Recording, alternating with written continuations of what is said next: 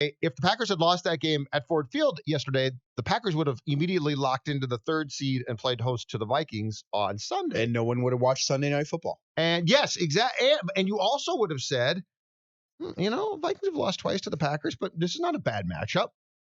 If you're the Vikings, it's a decent matchup. Okay, so that's out. So then you go to last night. San Francisco takes that lead, and you're thinking, oh, okay, the Vikings are going to have to play the Saints. But then Russell Wilson, incredible as always, leads that comeback, and you're saying, towards the end of that game, I think Seattle's going to win. And the Vikings are going to go play Russell Wilson in Seattle, which is not easy, but much preferable to going to the Superdome, right? Absolutely. The Superdome is the last place that this team should have wanted to play a football game. And then in typical Vikings fashion, the Seahawks do some stupid things, including taking a delay of game penalty that I'll never get how you screw that up and move from your own 1 to your own 5. Should have just handed the ball to Marshawn Lynch. Yes, exactly. And then you, of course, don't get the DPI call on an exact call that they put in replay to try to get right. Yeah. And we'll talk about that. But anyway, long story short, by the end of the night, the Vikings are going to the Superdome to play the Saints. They are 7-point underdogs. And I am hard-pressed to find a scenario, at least as we sit here at 10:04 on Monday, in which I could tell you with confidence, you know what? I think the Vikings are going to win that game. There's not a scenario that I can come up with that makes me feel like they can win this game, Judd. I've been saying for weeks that I think the worst matchup is going to the Superdome to face New Orleans.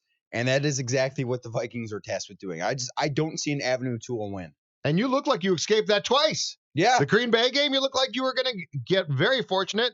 And I don't know. I wouldn't have favored the Vikings in Seattle, but I would have against a team that's missing what? It's center, it's left tackle, it's backfield basically. I would have said Vikings got a decent shot. Not a good shot, decent shot.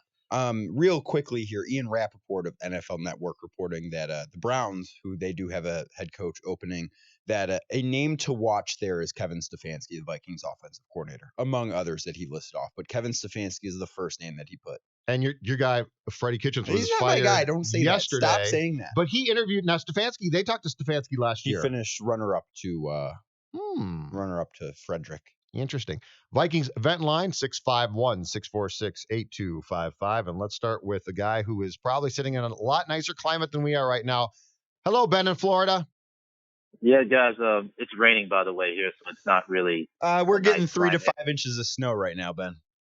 Yeah, my apartment is there's water all around my apartment, so it's not the ocean. As bad. But I will. Well, yeah, the ocean is okay. But I will say this though.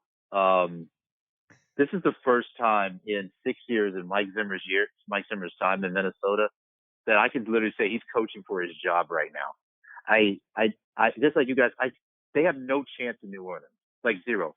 The only way they can win in New Orleans is both of these things happening.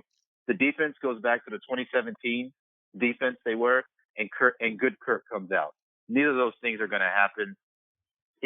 There's no way they're going to win in New Orleans. They had a chance in Seattle. They have a chance in Green Bay, but New Orleans, just no way that they're going to win. And I've said this before to people.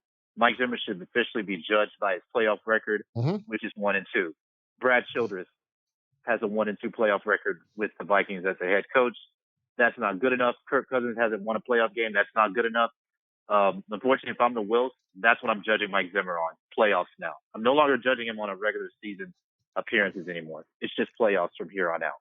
So that's just kind of my thought. What do you think about that? Thanks, Ben. Great call. Well, I do think that one of the two things that would need to happen can happen. Good Kirk can show up on Sunday. That's not outside the realm of possibility. The 2017 Vikings defense isn't showing up, though. No, it's not. And good Kirk shows up, and this to me becomes the most important question. And I think that the move was very smart. But does the 2 games off for Dalvin Cook put Dalvin Cook back at a place that's even closer to where he was circa the Dallas game? If it doesn't, you're in a world of trouble. Well, I think you're in a world of trouble anyways. I think you're cooked if it doesn't. Nice. I didn't mean it nice that pun way. there, Judd. Yeah. I didn't even mean it that way. Good job. I didn't even think about it. But if he shows up and he can play like he did against Dallas, now good Kirk has far more of a chance of being there to exist. But Ben's first thing that the 2017 Vikings defense needs to show up, that ain't happening.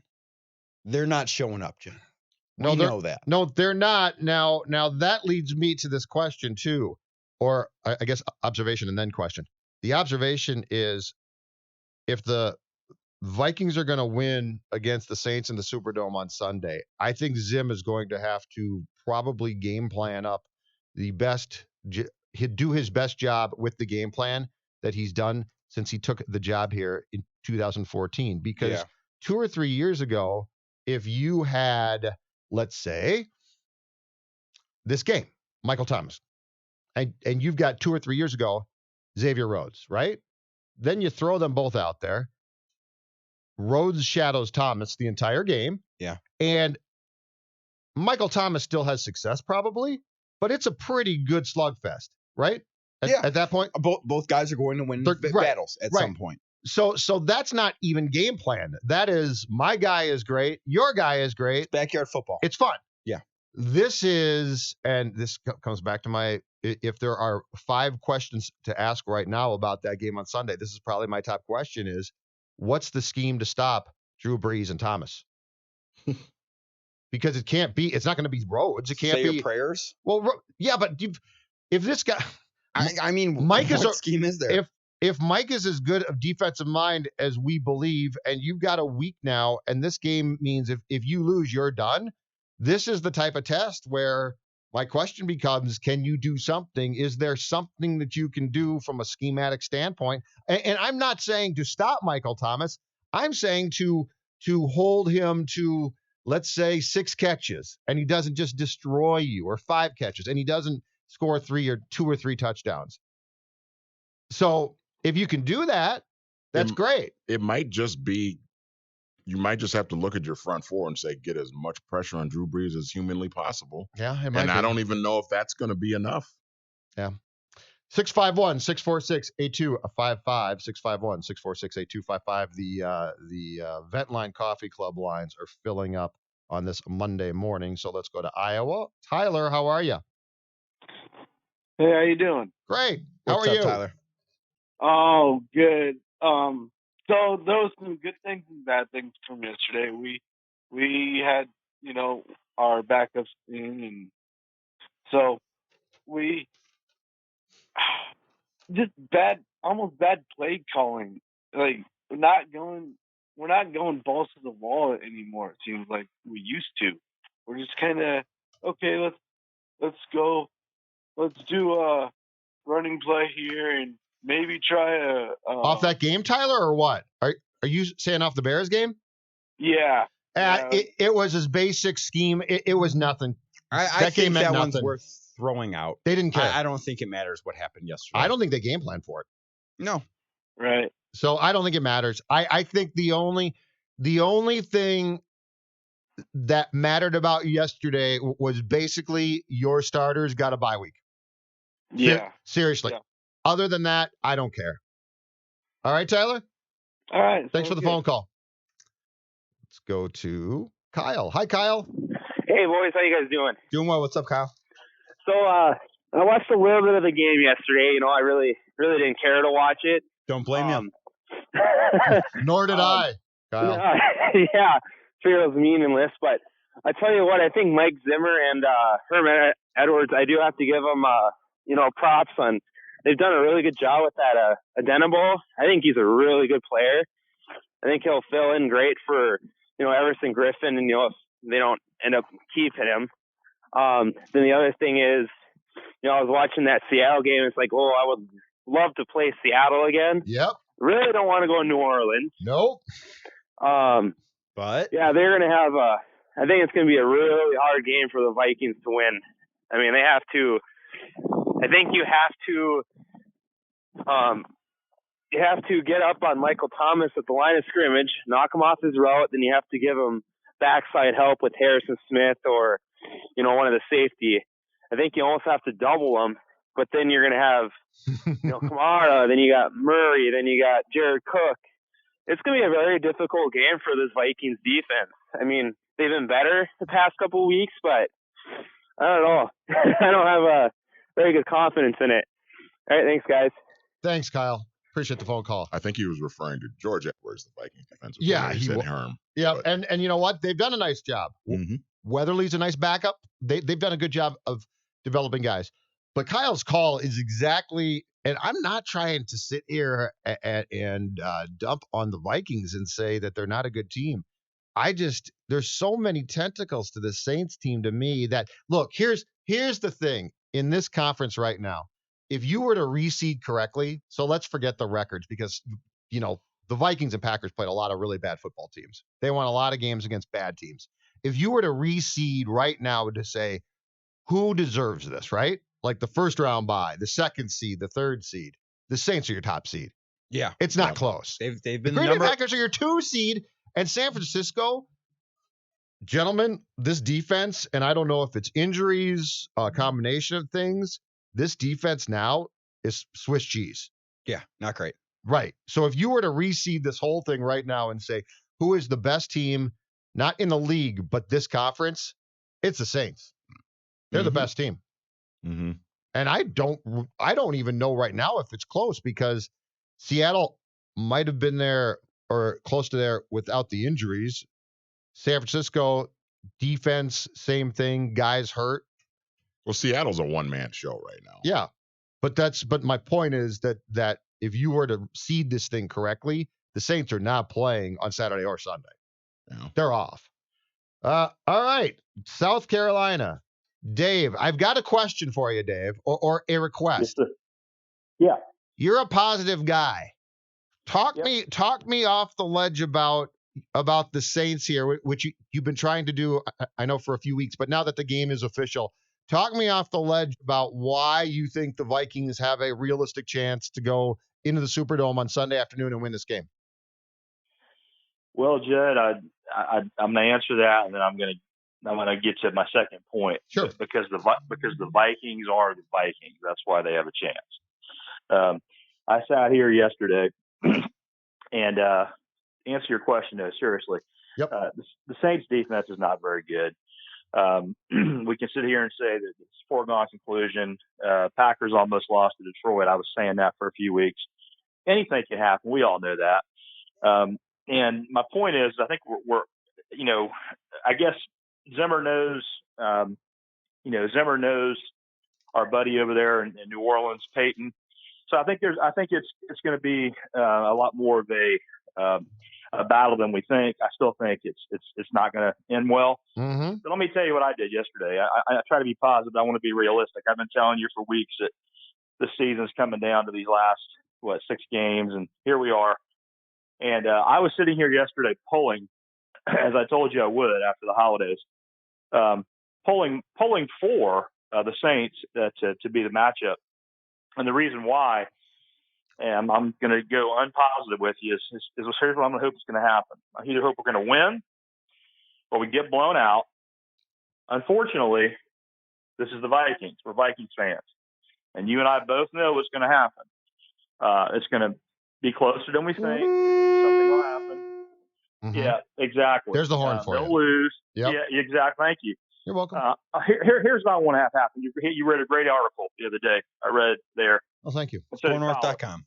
Yeah, definitely. It's a free app. I love it. I just want to tell you guys that I'm officially telling you that I need the game to be a blowout.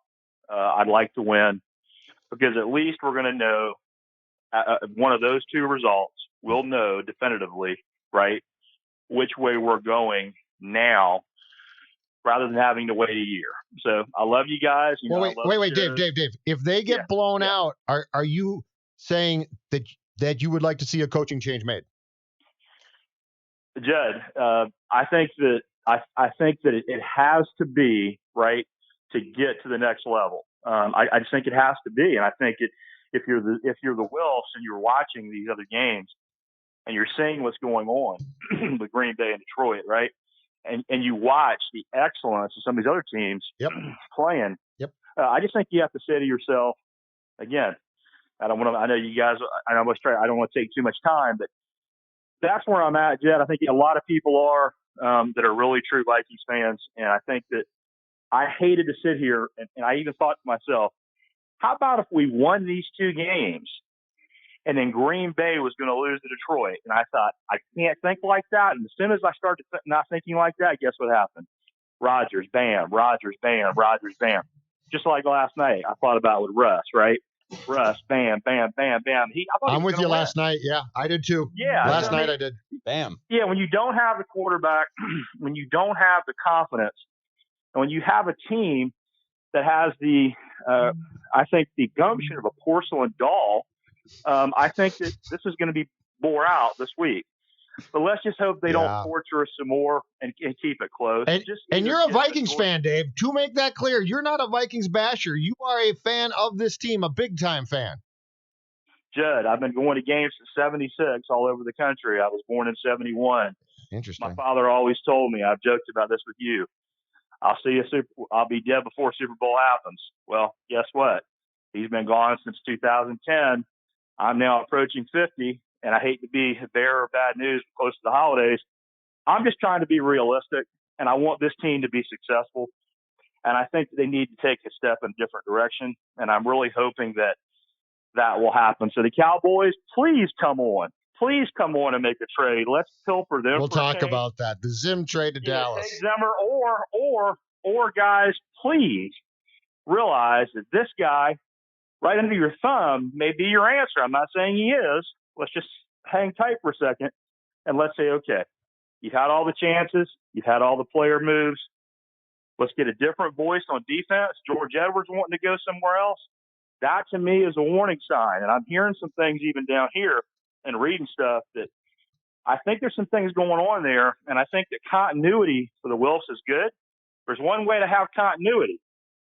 Keep continuity on offense, but then make a change and change your defense. It's a tough decision to make, but that's where I'm at, guys. All right, Dave. I hate to say it, but that's where I'm at down here. Thanks for the call. Take care. I'll call you next week, and I'm gonna. Well, don't wait till next week. Call tomorrow. We're back on tomorrow. Call tomorrow, Dave. All right. I'll talk to you. Guys. Bye. What a guy. You know what though? That's really an interesting phone call because this. Okay, so this guy is a diehard. Well, no, it's interesting. Ordinarily, the Daves call up and are like, oh, I love the Vikings and Zim's great. And those are the tweets I see. Why are you calling for Zim's job? And I said, I'm not calling for Zim's job. The column I wrote Saturday, you got to put it out there. If they get blown out against the Saints, you can't just dismiss it. Look at this league. Look at what's happening today. Yeah. I'm still waiting for Don to call back. But Dave's call is intriguing because Dave is opening the door as a diehard Vikings fan to maybe being tired of something that's been pretty stable, really stable, but has not reached the excellence I think that a lot of people expected. The Tampa Bay Buccaneers really interesting phone call. The Tampa Bay Buccaneers fired Tony Dungy after he took them to the playoffs, like 4 years in a row? Yep. And 2 years removed, I think, from going to the NFC Championship game. And they made the trade for Gruden, and they won the Super Bowl. Now, I'm not saying that that's definitely in the cards for the Vikings if they make a similar move like that, but there is precedent for that.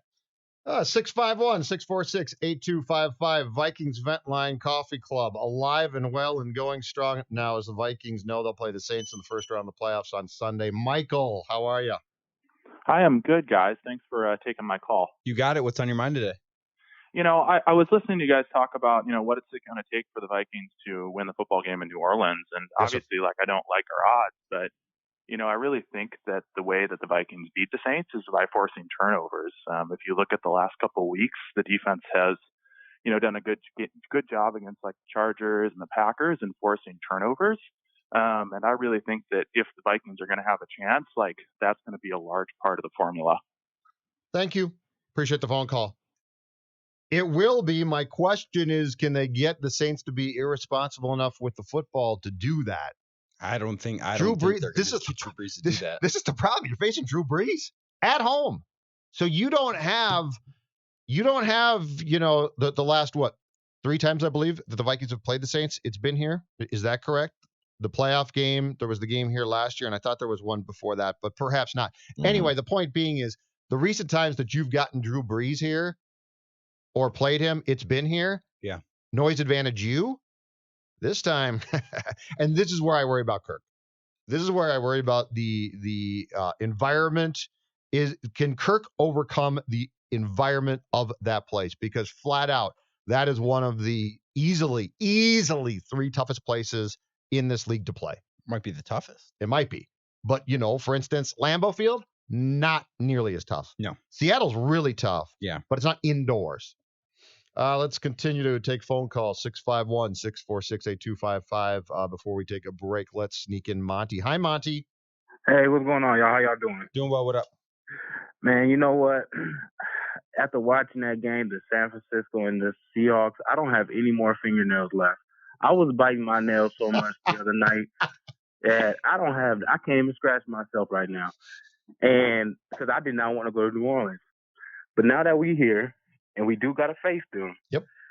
My question is, what is the main thing, just one main thing that we have to do in order to even give us our chance to win? Thank you guys for taking my call. Thank you, sir. Appreciate it. I can't think of one. One main thing? Well, I mean, the main thing is, and this is the main thing, but I think it's an incredible ask, is how do you contain the Breeze-Thomas combination? I don't think they can. And then, no, but I'm saying if you want a main thing, yeah. But I don't know what the matchup is. Like, this is the problem. It does not matter who's guarding 2 Michael or 3 years Thomas ago, I could tell you the matchup, and I could say it's going to be tough, but there's a possibility. But I can't sit here in good conscience and lie to you people. Nope. Christmas just passed. I can't lie to you. Xavier Rhodes has no chance. You can't end the year on a lie. And if I rotate safety help there, guess what's going to happen? Hey, Trey Waynes, take care of the other side, okay? With no help. I think it comes down to what I said before. I think it needs to be 97, 99, 98, and 95, all in some sort of combination into number 9's face. But do you think the entire night? Do you think that 9 gets flustered or just adjusts and starts burning you badly? This is where That's the challenge. It's got to be a combination coverage of some sort here, Yeah. It's got to be a combination of things, and this is why I come back to saying, if the Vikings win this game, it will be Mike Zimmer's best defensive job of his life. And he's had some real good games coaching, but this will be his best job ever. Considering the ingredients he has, yeah. All right, so, the third Saints game I missed. I just got a text here. The Adrian Peterson returns game. Oh, the opener 17. Exactly that's right. right. So yeah. the last 3 times that you've gotten Breeze, guess where you gotten him? On